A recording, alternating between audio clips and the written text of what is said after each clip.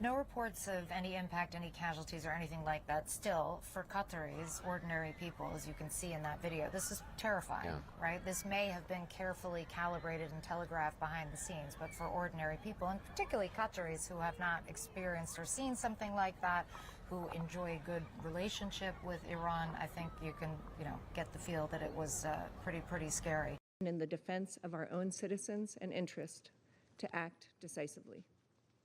The Iranian regime cannot have a nuclear weapon. Let us be clear. Iran should not escalate. All U.S. allegations against Iran are unfounded, with no legal basis and politically motivated. One clear example is the horrific and cowardly assassination of martyr Major General Qasem Soleimani and his companions. Таким образом, Вашингтон в очередной раз продемонстрировал полное пренебрежение к позиции международного сообщества и подтвердил, что ради интересов своего израильского союзника он готов не только закрывать глаза на убийство десятков тысяч палестинских женщин, детей и стариков, но и поставить на карту безопасность и благополучие всего человечества. You cannot ignore that diplomacy was tried over and over. The United States led that effort. Many nations here in this room engaged in diplomacy with determination and good faith. But the regime in Tehran had other plans.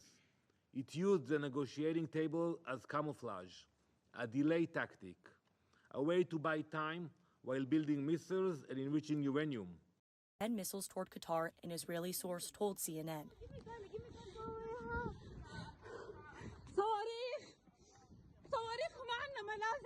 An official briefed on the matter says missiles have been launched by Iran on a U.S.-run airbase.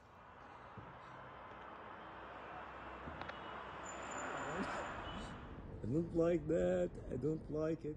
The U.S. is continuing to track multiple missiles fired from Iran toward U.S. military installations in Qatar, according to two officials familiar with the matter. What's happening here, bro? And we begin right now with breaking news. Iran launched a missile attack today on a U.S. military base in Qatar.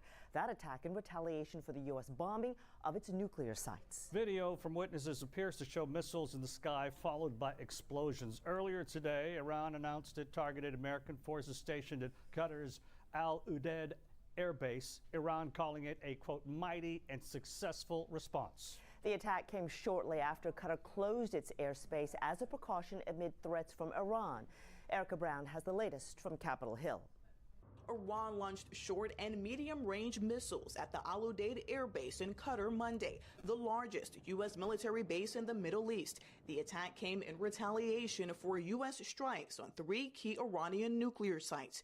A U.S. defense official says there have been no reports of U.S. casualties. This is the home of U.S. Central Command. There are a range of critical assets at this base, drones, aircraft, and more. President Trump visited the U.S. base outside Doha just over a month ago, where he told U.S. troops this. I will never hesitate to wield American power if it's necessary to defend the United States of America or our partners. The attack happened just as President Trump was set to meet with his national security team.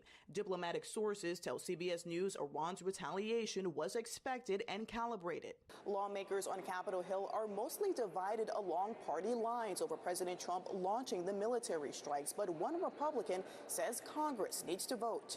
On social media, the Republican Thomas Massie of Kentucky wrote under the War Powers Act, the president is required to withdraw from hostilities in Iran within 60 days unless he gets a vote of Congress. Others are standing by the president's decision. Given the situation that we're looking at right now, I'm going to give the benefit of the doubt to the president and the administration. Members of Congress are set to be briefed tomorrow on the situation. Erica Brown, CBS News, Capitol Hill.